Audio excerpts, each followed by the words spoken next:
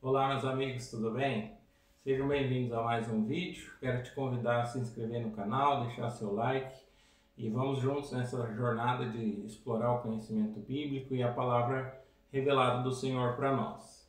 Hoje eu quero te convidar a refletir um pouco sobre o zelo pela palavra do Senhor e como é que nós vivemos esse zelo, como é que a gente pratica, como é que a gente tem essa reverência, esse temor, esse cuidado mesmo com a palavra do Senhor entregue e revelada a nós.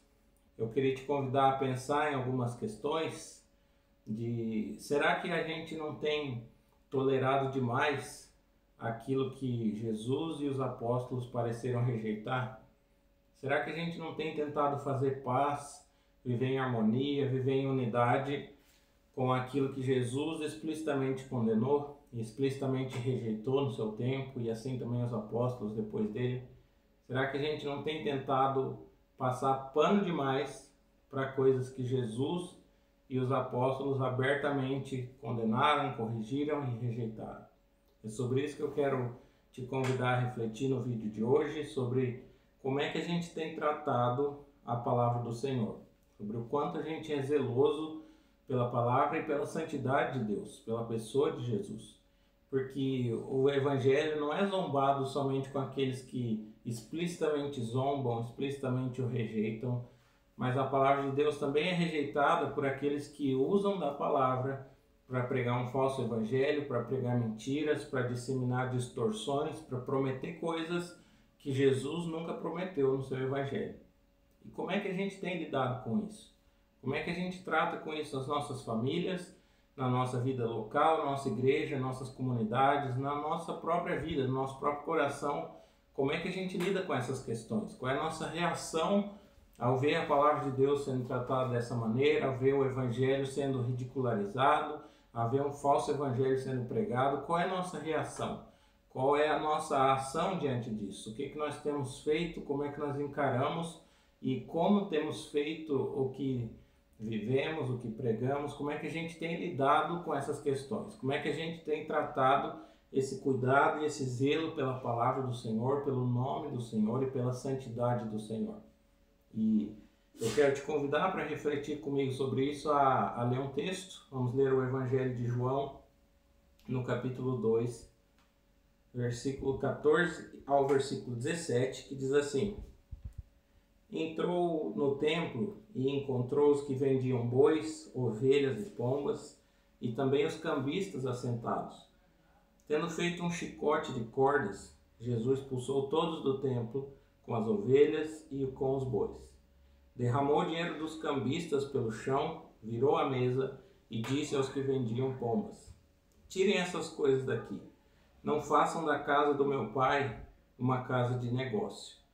Os seus discípulos se lembraram do que está escrito: o zelo pela tua casa me consumirá, conforme o salmista no Salmo 69, versículo 9. Então Jesus ele chega diante do templo, ele chega em Jerusalém, entra no templo e ele vê o que é que o templo se tornou. E ele vê ali os líderes religiosos, ele vê ali o povo, ele vê ali os cambistas, vê aqueles que estão vendendo animais. E ele percebe como a religião se tornou um negócio lucrativo, como a religião se tornou um comércio, como a casa de Deus não é mais uma casa de oração, mas é uma casa de lucro. E Jesus olha para isso e a sua reação é fazer um chicote de cordas e expulsar todo mundo dali. E virar a mesa, acabar com o negócio, acabar pelo menos com aquele dia de feira, no lugar onde deveria ser um lugar de oração, um lugar de acolhimento, de perdão, um lugar de reconciliação, um lugar de leitura da palavra, mas era um lugar de negócios, de lucro e de vendas. Então Jesus vem e expulsa todo mundo para fora, e os discípulos, ao verem isso, se lembram da escritura que dizia: o zelo pela tua casa me consome.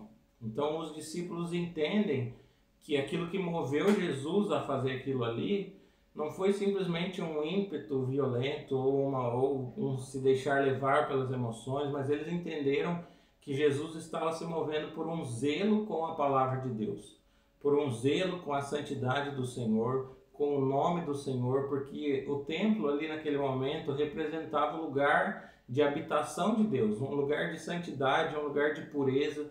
E Jesus, ao ver isso corrompido, é movido por esse zelo que o faz tomar uma ação, que o faz fazer algo, que o faz limpar aquele lugar, purificar aquele lugar de todo o comércio, de todo o negócio, de toda corrupção que estava ali então instituída. Então Jesus não tenta uma suposta paz ou uma suposta harmonia com aqueles que estão transformando a palavra de Deus, transformando a religião pura em algo puramente lucrativo, em um mercado ou em um comércio, mas Jesus os expulsa, Jesus os lança para fora e os condena por estarem fazendo a casa de Deus se tornar uma casa de negócio ou um covil de ladrões. Vamos ler também o que diz Mateus, capítulo 3, versículo 7, quando nós somos contados aqui a respeito do ministério de João Batista. Mateus capítulo 3, no versículo 7, vai dizer assim: quando João viu que muitos fariseus e saduceus vinham ao seu batismo, lhes disse: raça de víboras, quem deu a vocês a ideia de que podem fugir da ira que está por vir? Então, mais uma vez, é importante percebermos aqui, quando João vê os líderes religiosos do seu tempo, os mesmos homens que estavam patrocinando, participando de toda aquela venda no templo, de toda aquela prática religiosa que tinha virado um comércio, que tinha virado um negócio, que tinha virado um teatro e uma hipocrisia. Quando João vê esses mesmos homens chegando a ouvir a sua pregação, a talvez ali observar o que acontecia no seu batismo, ouvir a sua pregação, João se levanta e diz: vocês são uma raça de víboras. Quem deu a vocês a ideia de que vocês vão escapar do juízo e da ira de Deus que está por vir? Então, mais uma vez, João não está tentando fazer uma suposta paz, uma suposta união com esses líderes religiosos, não está tentando deixar a situação confortável para todo mundo, mas João está se levantando e está dizendo que aquela geração, aqueles líderes ali são uma raça de cobras, de serpentes, de víboras. E a gente sabe que na história da Escritura, desde Gênesis capítulo 3, a serpente é identificada como um simbolismo para representar o diabo, para representar Satanás. Então é interessante nós percebermos que João não mede palavras ao lidar com essas pessoas, ao lidar com esses homens, ao lidar com esse tipo de situação, com esse tipo de evangelho que tenta corromper a religião, corromper a vida com Deus que o povo estava tendo. Porque como é que o povo vai ter um relacionamento com Deus se os seus líderes estão preocupados com o negócio e com o lucro? Como é que o povo vai aprender da palavra de Deus se aqueles que deveriam a estar ensinando estão preocupados em manipular essa palavra de forma que tenham mais ganho pessoal, mais lucro nas suas vidas, não só monetário, mas de fama, de poder, de sucesso, de status? Como é que a palavra do Senhor vai ser disseminada se o povo vive dessa maneira? E onde o povo encontra na palavra de Deus justificativas para fazer isso? Onde é que o povo encontra na palavra do Senhor algo que os justifique a viver dessa maneira? Algo que justifique esse tipo de comportamento? Então João, tomado do mesmo zelo que Jesus pela santidade de Deus, pela palavra do Senhor, é tomado a se levantar e a proclamar aquilo que precisava ser proclamado. Nós temos também o exemplo do apóstolo Paulo, quando lá em Gálatas capítulo 1, no versículo 8, ele diz assim: contudo, ainda que um anjo dos céus anuncie um evangelho diferente daquele que nós anunciamos, que ele seja amaldiçoado. Ou o próprio Paulo também lá em 1 Coríntios capítulo 16, versículo 22, vai dizer que aquele que não ama Jesus seja amaldiçoado.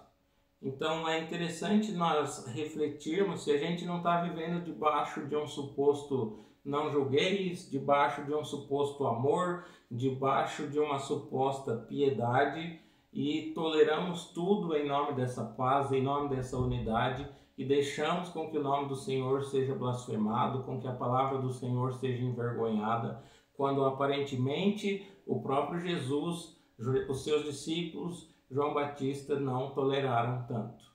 Não é? Parece que por muito menos do que nós vemos hoje em dia, Jesus, Paulo e os apóstolos estavam se levantando como uma voz confrontadora, como uma voz revelando aquilo que era verdade de Deus no meio de tanta corrupção, no meio de tanta imundícia com que a palavra do Senhor estava sendo tratada.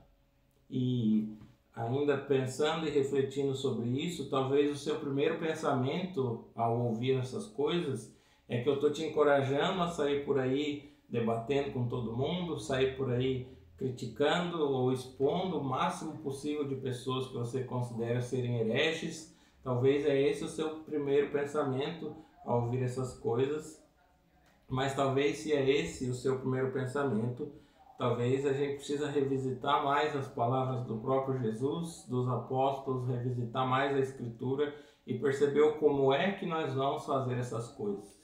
Como é que hoje em dia nós iremos confrontar, como é que hoje em dia nós iremos expor o erro, como é que nós faremos isso, como é que nós iremos nos engajar nesse tipo de assunto, nesse tipo de debate, porque há um espaço sim para o debate público, há um espaço sim para a denúncia pública, mas não todos nós somos chamados a nos envolver nisso. É necessário muita maturidade, muita sabedoria para quem vai fazer essas coisas.